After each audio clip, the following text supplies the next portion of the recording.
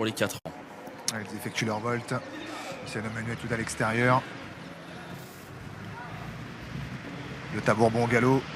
Le Tabourbon qui a été hésitante, elle a été remise, a perdu un petit peu de terrain, elle est retombée dans sa faute. Le Tabourbon, un bon départ également de Franck Joe qui fait partie des mieux positionnés. Lombok-Gel est parti très correctement plutôt à l'extérieur et donc Luciano Menuet qui s'installe aux commandes de l'épreuve. Et l'on retrouve les deux représentants de Philippe Allaire, Luciano Menuet, Little Brown à l'avant du peloton. La Joyeuse Vix en troisième position côté corde avec Light My Fire, suivi par L'Amour pour Blanca, le numéro 4 en ce qui concerne les favoris. Eh bien, on a Lombok-Gel dans la deuxième partie du peloton.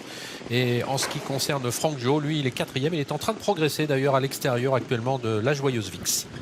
Ils sont sortis du premier virage et passent maintenant devant les tribunes avec le numéro 10 Luciano Menuet qui a l'avantage. En deuxième position Little Brown, le numéro 5.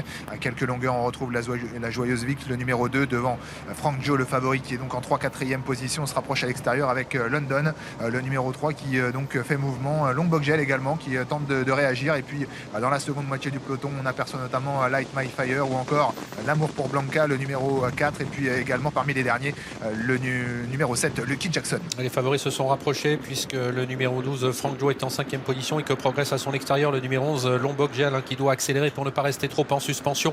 London venant de rejoindre à l'avant du peloton Luciano Menuet avec en 3e position tout près Little Brown. Il y a une petite cassure ensuite avec Lombok-Gel qui va désormais effectuer la jonction avec dans son dos son principal rival Franck Joe, la Joyeuse Vix qui va facilement en 6e position devant Light My Fire.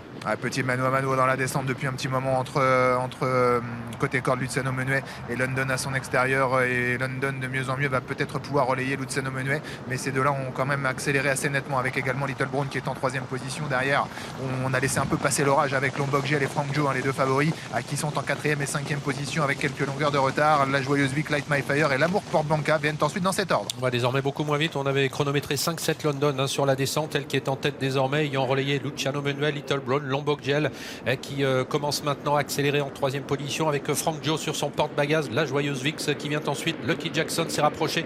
On est désormais au kilomètre. On était passé en 1,13,7 au 1500 mètres, en 1,14,9 au kilomètre. On va désormais moins vite. Alors, vraie rupture de rythme, et là c'est reparti. C'est reparti pour un tour avec Franck Joe qui accélère fort. Maintenant Lombok-Gel qui contre à l'intérieur avec en 3e position London qui a un petit peu de mal, qui laisse également peut-être passer l'orage avec également la Joyeuse Vix, et puis également un effort en épaisseur de Lucky Jackson qui rejoint les premiers. On a vraiment accéléré dans le haut de la montée et Franck Joe qui a d'autorité pris l'avantage sur Lombok-Gel et sur Lucky Jackson. Et Lucky Jackson qui n'a pas cherché à prendre la tête mais qui accompagne désormais pour aborder le tournant final le numéro 12 Franck Joe. Lombok-Gel qui est en 3e position côté corde avec en 3e épaisseur désormais Largo de Castel qui ramène le Tabourbon. Le peloton est bien groupé alors qu'ils sont à 500 mètres de l'arrivée.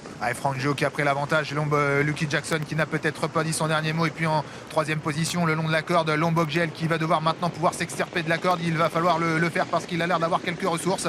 Il y a également un petit peu plus loin la Joyeuse Vix qui semble avoir également quelques ressources, et puis le numéro 6 Largo de Castel qui s'annonce à l'extérieur. Franck Joe qui tente de repartir sur les différentes attaques. Et Mathieu Abrivard qui s'est évertué à retendre son cheval à la sortie du tournant final. Il a l'avantage en mi-ligne droite. Lombok-Gel qui va chercher à trouver l'ouverture. Attention à Lombok-Gel, il trouve désormais l'ouverture. Le match va avoir lieu entre les deux favoris avec Franck Joe qui a toujours le meilleur. Lombok-Gel lancé maintenant à sa poursuite, mais Franck Joe va résister jusqu'au bout à Lombok-Gel. La 3e place en retrait pour Little Brown.